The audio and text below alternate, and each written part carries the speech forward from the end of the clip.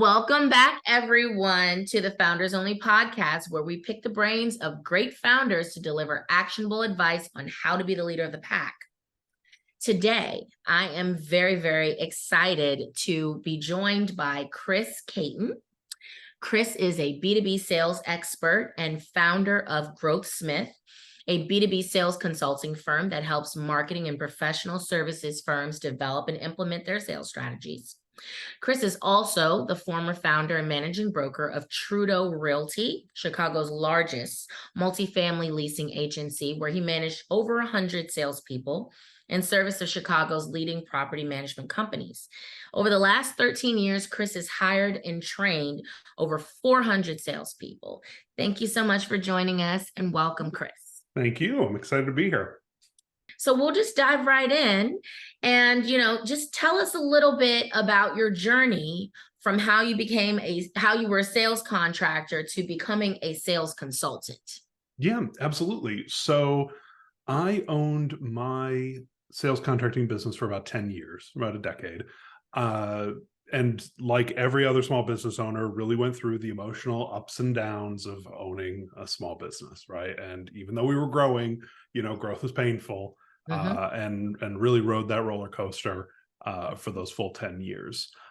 We were fortunate enough to be able to claw our way to the absolute top of the pack, and that was exciting, and we were really successful, and I enjoyed it. Then the pandemic hit, and as you can imagine, showing and selling apartments can be really tricky during a pandemic. So we had to pump the brakes, and it wasn't all doom and gloom. We still did pretty well, even in spite of those challenges. But I'll tell you, I think, I imagine this speaks a lot to your experience. It takes a lot of creative energy to run a company. And after 10 years and hitting another challenge, I just thought, I don't have the emotional juice here to continue to make this as successful as I wanted it to be. So sold it to one of our competitors. It was successful. We, the team got to join on with another fantastic group of founders who have continued to be successful with them, with what we built. And I moved on to work for a sort of broad-based business consulting firm for a couple of years. Like a lot of entrepreneurs, though, being an employee is really tough and difficult. So I just thought, originally I wanted to take a sabbatical, get a little breathing room, finally take a break from all the hecticness that is running a business and then starting another company and that sort of thing. But you know what? Sales continues to be a challenge for so many small businesses. Absolutely. It is a huge pain point. Yes. And surrounded by people who continue to struggle with that. And I've got this skill set to help solve it. And I thought, I can't just sit here and rest on my laurels. I've got to get back out there and support small businesses. So decided to jump back in the entrepreneurial journey. And here I am. Cool. Okay. So as a sales expert, what would you say are the top 3 challenges that you have observed organizations face, specifically around B2B sales? And how do you advise either business owners or sales team leaders to overcome those challenges? Yeah, that's a good one. The top challenge, the overarching problem that a lot of organizations have is there's no strategy here. There's no sales strategy whatsoever, which means for the most part, they're winging it. An opportunity comes their way. They kind of talk with that prospect, kind of work them through some semblance of a pipeline. If it sounds good and it feels like a good fit, they close it and they're excited. If it doesn't work out, it doesn't work out. So there's no connection between how their prospects experience the company and experience the sales process with how the business positions itself, how it differentiates from its competitors, any of that stuff. The two aren't connected, right? It's just, like I said, winging it. So overarching, there's no sales strategy. Related to that is, and this is kind of a consequence of not really having a strategy in place, is I'd say easily 80% of businesses that engage in any sort of sales process, they either move too fast through it or they move too slow through it. Right? So, and I don't know if you've had this experience with a vendor, but you'll have some people who want to close you the minute they get you on a phone call, right? Hey, we're 5 minutes in, you called me. How about I sell you something, right? Or on the flip side, you've got to have follow-up meetings with these folks for weeks before you can even get a contract from them. Right. And there's Right. just it's follow up and due diligence and let's review, and there's no like urgency from either side, and people don't Right. make a decision unless you put some pressure on them. Right. So like unless there's a reason to make a decision, so those things will just drag on and on and on. So that tends to also be a challenge with organizations that don't already have a good strategy in place, is Mhm. there's no momentum that matches Mhm. what they need to be doing, right? Mhm.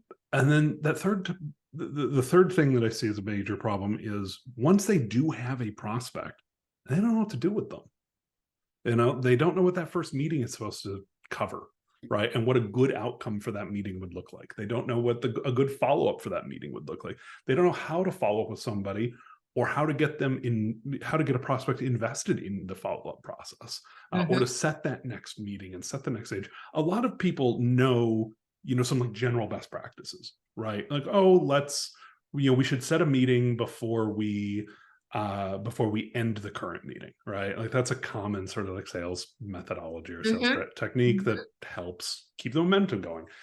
But then if somebody doesn't show up, they have no idea what to do next, Right. because there's no contingency plan in place, that there's any thoughtfulness around it. So when I'm helping an organization really clean up and modernize and professionalize their sales process, we really start with, who the heck are we selling to, and how does that experience need to be for them to match what our business is otherwise doing or saying, right?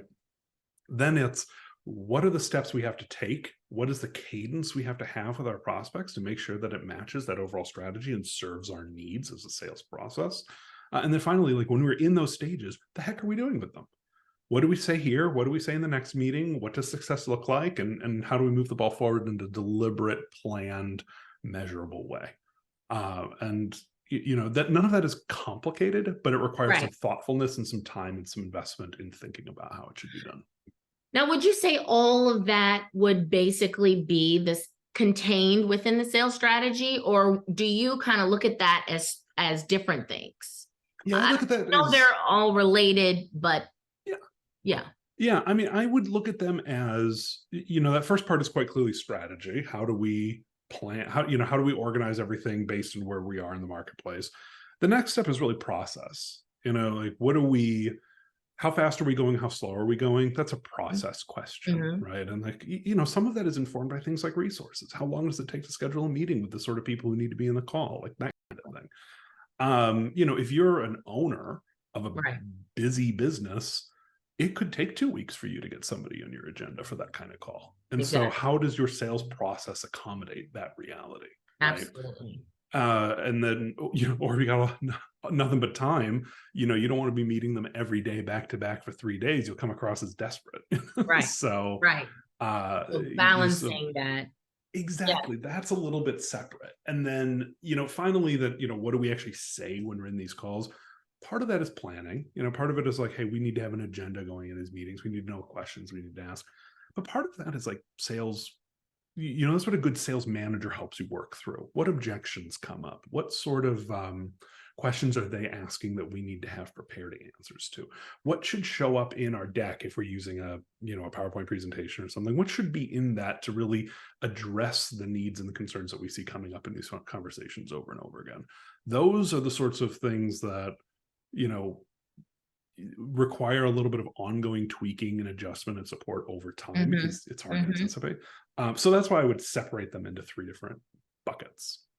One thing that we tell our customers on the marketing side, which I do think that, as online sales, which we'll talk about in a minute, is really taken over the sales experience, okay, from so Mhm. many angles, I think is that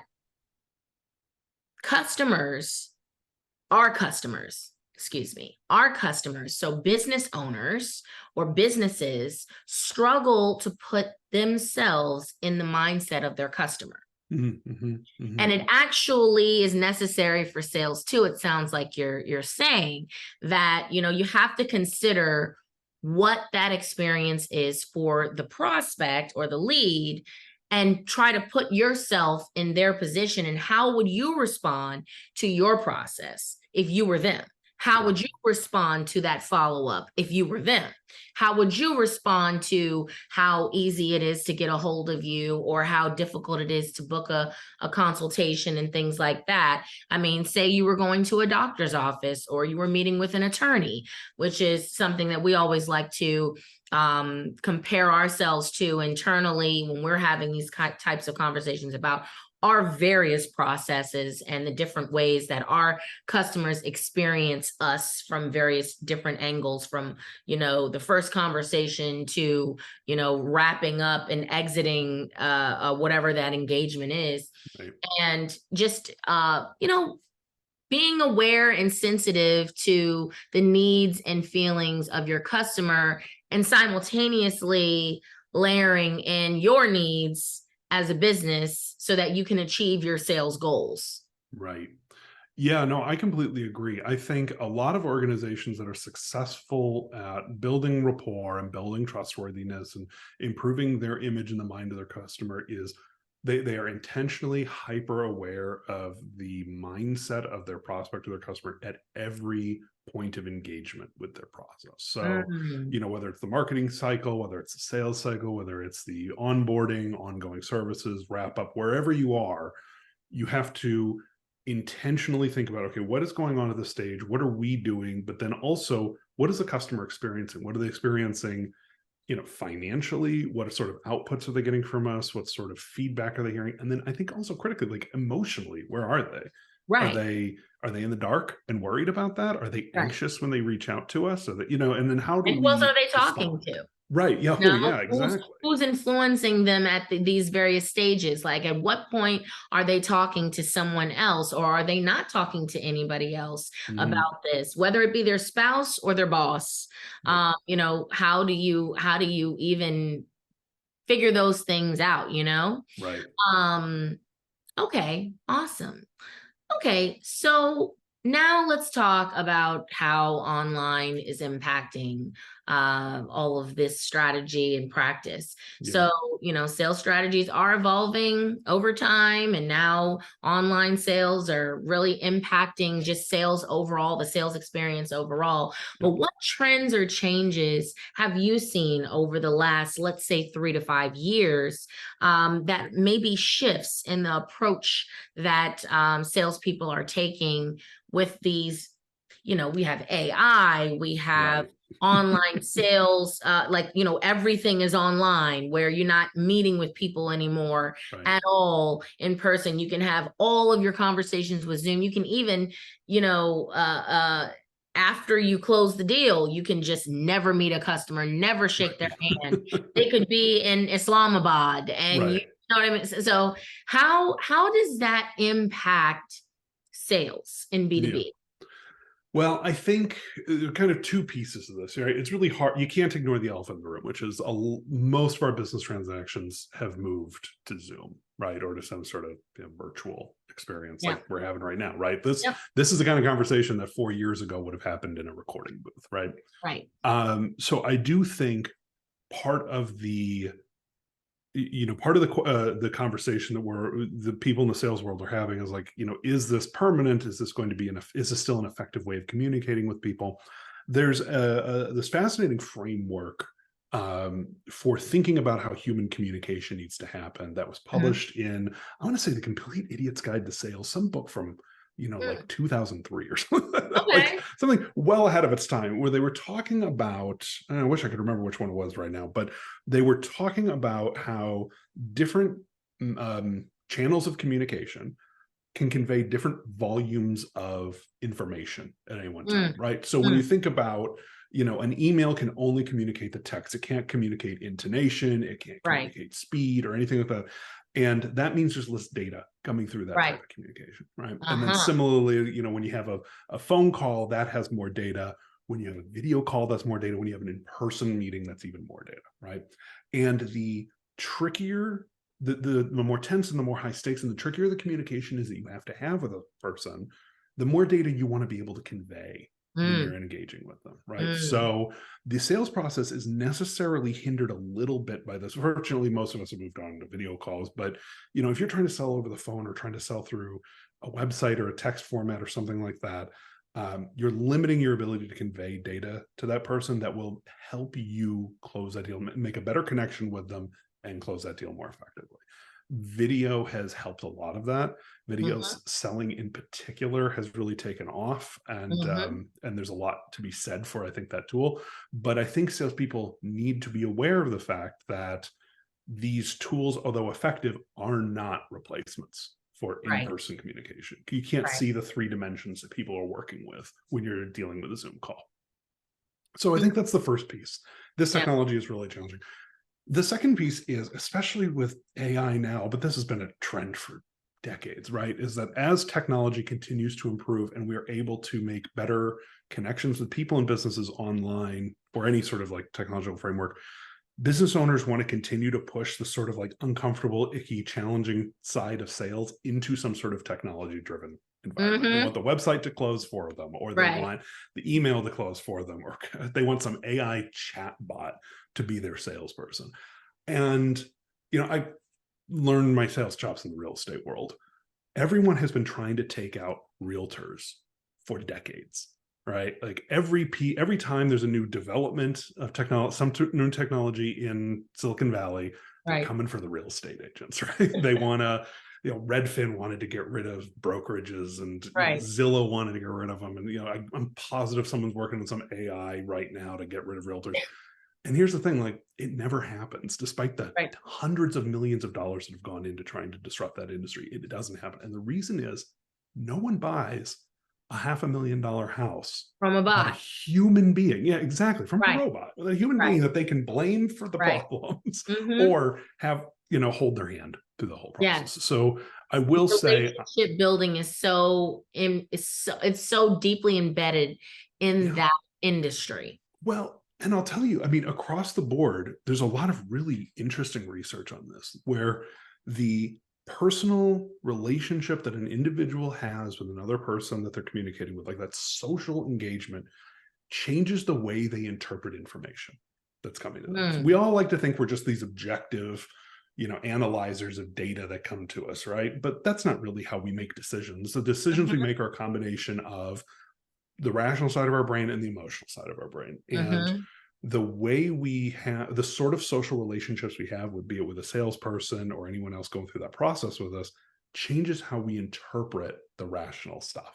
And so when we start leaning on technology, what we're really doing is depriving people of that resource, our prospects of that resource, that emotional connection that changes the way that they perceive the data. And it would be a mistake to abandon that tool entirely if we can avoid it, especially for high stakes sales. I mean, here's the thing: if you're selling hot dogs, sell hot dogs through a vending machine. Nobody cares. Like, that's fine, right? But if you're in a B2B environment, if you're selling a long-term relationship, an in-depth partnership, if you want to have this sales relationship with somebody for years, you can't do it through a robot. And I know that makes me sound like a curmudgeon. Like, I love technology. I love CRMs. I love AI. I love all the new tools we have at our disposal these days. I think they're amazing. But we need to be very cautious about abandoning these sort of analog tools that we still have available to us. So it sounds like you're saying, one, that be very aware of the channel that you're selecting at the stage of the sale, to make sure that it's the best channel to convey the right amount of data that you need to convey at that time. Right. That's entirely true. Sending a reminder to show up to a meeting, that's a text message. That's fine. Right. Walking someone through a very difficult, taxing, stressful, complicated, solution selection or whatever you're going to do in your sales process. If you can't be in the room with them, at least be on Zoom with them. So they can read your body language, so they can hear your tone of voice, so they can interpret your authenticity easily, with those pre-existing tools that humans already have to be able to do that. But too many people think that we are, I think, getting rid of the inefficiency of human engagement. And the way I see it is, we need to leverage these sort of natural tools that we already have in a way that is appropriate and effective in the greater context of all of the different technologies and tools that we have available to us. What I tell my team is sometimes, we hear internally, someone is worried that an AI or chat GPT or something like that is going to take over their job, especially if they're in something like copywriting or something like that.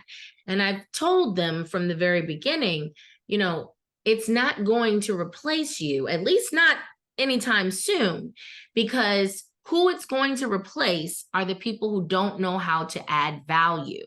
Yeah.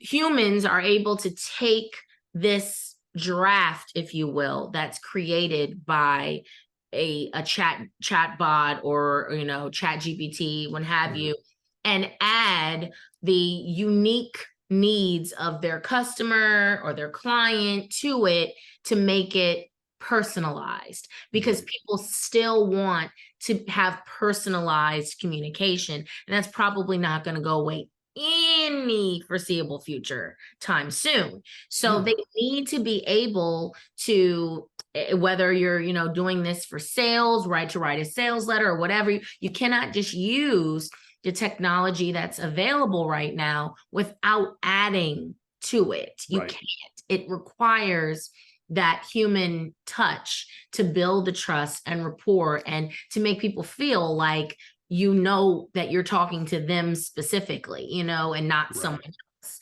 Yeah, no, I completely agree. I think that's right. I mean, I think, if you're adding marginal value to your customers already, maybe be afraid of AI, right? But then the challenge in front of you is not how do I keep AI out of the space? It's how do I re-envision what I do so that it contributes more to what my clients need than these computers it makes you more efficient, maybe more effective, maybe, but definitely more efficient. That's how you should be leveraging the tool to save your clients time or money, or to save you time or money. Okay. So a lot of founders struggle with building an effective sales team. So as they're scaling out, and perhaps they've been doing the sales themselves for a long time and they want to step out of that. And so they start to get ready to hire teams, or, maybe just one rep. How do you evaluate a great B2B salesperson for a high performing team? And whether that be, just identifying whether someone's coachable, or you can share more if you'd like, but what do you? Yeah, absolutely. And we know this from a lot of research on the topic, every great salesperson, heck, every mediocre salesperson has 4 interpersonal skills that make them effective at the role, right? And those are, they're able to build rapport with a prospect or with anybody, basically, but they have a rapport building ability. They're able to pick up and interpret nonverbal cues that a prospect is giving them, right? They're able to, it's referred to as bird's eye view, but they're able to bring focus and clarity to a conversation. So they're able to understand what's going on in conversation, summarize, direct, that kind of thing. And then they're able to make a customer feel comfortable, or make a prospect, feel comfortable, and also convey sort of positivity and confidence with a prospect. So those are the 4 qualities: rapport building, nonverbal cues, bringing clarity to a conversation, and conveying confidence, positivity, and making somebody feel comfortable. If your prospects don't have those 4 qualities, those are really hard to teach. Right? These are kind of personality traits. People can fake it to a large degree, but that takes a lot of time and practice. If you're a small business owner and a candidate isn't coming to you with those skills, I would say do not invest your time trying to teach that to them. That's not worth it. Your organization's not big enough and robust enough to be able to teach people how to do those 4 things. Beyond that, though, everything else is circumstantial. So, when a business owner is contemplating not just a sales role, but any role, what's really important that they're able to do is to identify what success looks like for any employee in any organization. they will feel confident and competent in their role if they know objectively that they are doing either a good job or a bad job. And they're able to do that on their own assessment whenever they want. They can walk in every morning and say, hey, am I on track here? Am I doing what's expected of me or am I not? Right. And that makes sense to you because you run a successful organization. That is new information to a lot of business owners out there, you know, that, you know, where they want to just be able to delegate whatever it is that's on their plate. And then hopefully that person will start picking things up or will take the initiative is a way you hear this a lot with small businesses as well. I want to find someone who's really good at taking the initiative. That's a great quality to have in an employee. But if they're missing those other four, you're in trouble. Yep. Yeah. And it's also a good that what you just said made me think about, you know, how important it is to provide still that training, regardless of how much experience the person has. They need to really understand the customer, the pain points, and the solution. Yeah, absolutely. So, yeah, you have to provide that to them anyway. So the initiative may come, but if they don't have the ability to be confident because they don't even have that basic information, I mean, who's going to be confident, right? So I think that is definitely something that a lot of founders make a mistake with, specifically with hiring with salespeople, because they're thinking, oh, this person is likable. This person is generally confident. You know, this person can hold a conversation. I like this person. So this person will be great with sales, but maybe they don't have the confidence, or maybe they don't understand the solution well enough to speak confidently or to bring clarity to the conversation. So that's interesting to look at it from the perspective of, you know, you kind of got this coachability, but it's really up to the organization to bring the extra toppings to the equation to make it actually be successful. Well, yeah, I mean, really good organizations are good at identifying when they're looking at any talent for any role, but especially in sales. What are we willing to train? What skills can we train people on and are we willing to train people on? And what skills are we either not able to train people on or we don't want to, right? And that's why I'd say defining success is really important, because when you define success, you know, you can figure out what skills do they need, which means you can write a good job description, write good interview questions, have good quarterly reviews, have good onboarding. Like you can do all of these other things if you know what success looks like. And you can identify like what skills are necessary to be successful. And so dividing into, you know, yeah, we'll train you on this, and no, we're not going to train people on this. One, makes it easier to find the right candidates because now you can sift easily between all the different prospects you've got. And then two, it gives you a framework for good onboarding, like you're describing. Hey, we're going to give you the tools. We're going to help you understand if you want to, we're going to help you understand our customers. We're going to help you understand their pain points. We're going to help you understand how we address those effectively and teach you about our product and that kind of thing. Without having to worry like, oh gosh, do they know how to build rapport? Because you've decided that's not something we're going to teach people. Yeah, no, I think you're absolutely right. I mean, good training, good onboarding is critical to success in any role, and especially in sales roles. And the precursor to doing that well is to have a really clear understanding of what it is you need out of people. You know, I've also seen that figuring out the right commission or pay structure also seems to be a really big piece of the puzzle, as well as what we just talked about. Because it seems that, you know, for example, if you make your pay structure focused on, if you have it heavily a high base pay and not so much of a high commission, that can also, you know, result in less sales a lot of times, because people are comfortable, certain people are going to be comfortable with that base pay, and they really have, you know, don't care about and the incentive pay doesn't help. But if you do commission only, and, you know, it takes you 3 to 4 months to really train someone and they're making no money, they're going to give up, they're going to get tired, they're going to get bored, they're going to find another job. So that's just made me think of that as well. Well, I mean, and that's an interesting point. You know, sales compensation structures, I've written a lot about this. I've consulted clients on this a lot. It's a really, really common question. And yeah, I don't mind sharing.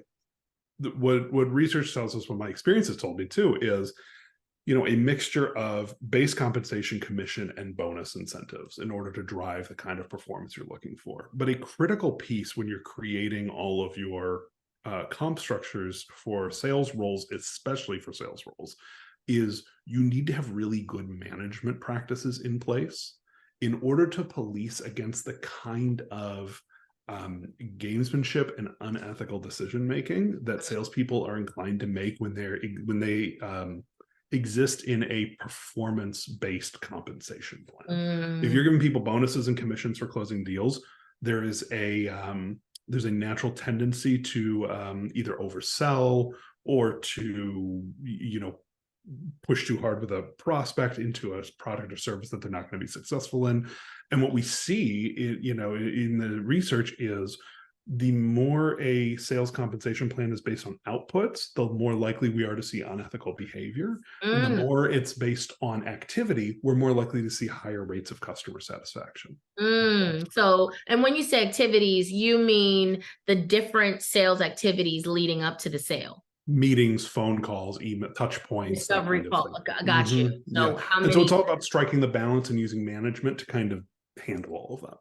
And needing to kind of reverse engineer, like, okay, what is our sales goal, or what's the quota? And then kind of figure out, okay, how many calls or how many meetings or how many proposals, what have you, need to be generated to hit this, and basing the commissions or bonus structure off of that. Yep, exactly. And that can be a really difficult thing to understand and to figure out. And I think, making that kind of decision is a good reason to have good sales leaders, experienced sales leaders in an organization, because they can help figure those things out.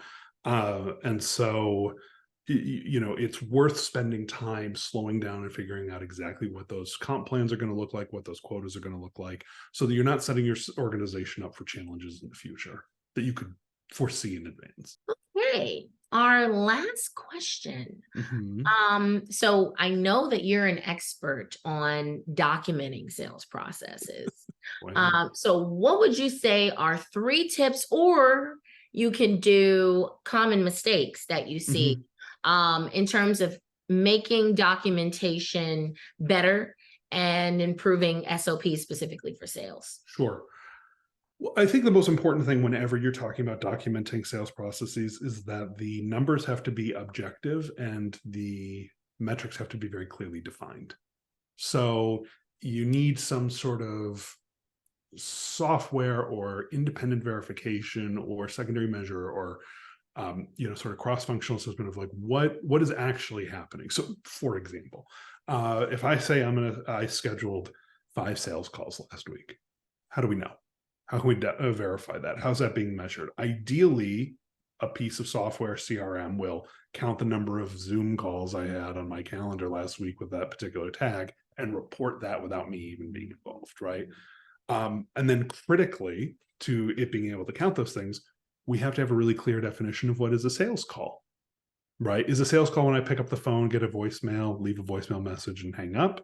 Is a sales call when I have a 30-minute meeting? Is a sales call when I have something scheduled, but they don't show? Like, how do we define? And there's no right or wrong to any of this, but we need clear definitions of those. Yeah. So when it comes to creating that reporting, the feedback, the documentation, first of all, we need to have good objective measures, and we need to have very clear definitions what all that stuff means.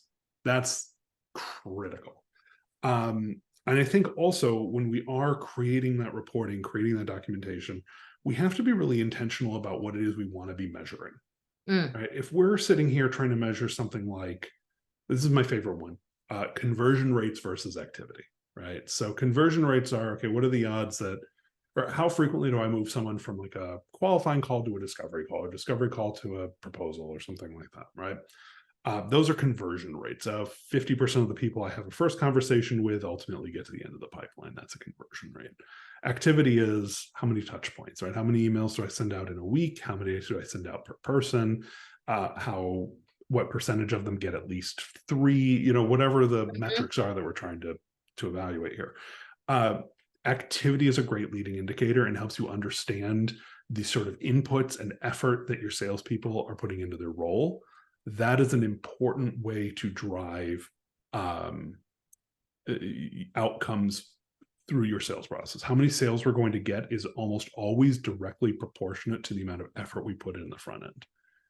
Tracking things like conversion rates is great for coaching people in individual skills. Hey, it looks like from the numbers, you're having a lot of trouble on those discovery calls and getting them converted. Let's work on that, right?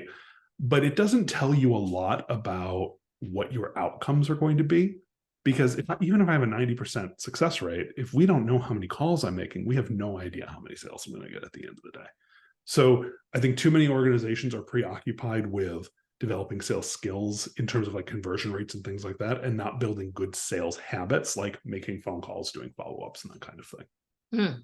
It's a really common challenge in sales organizations. Okay. No. I have a one wild card question for you. Hit me. Actually.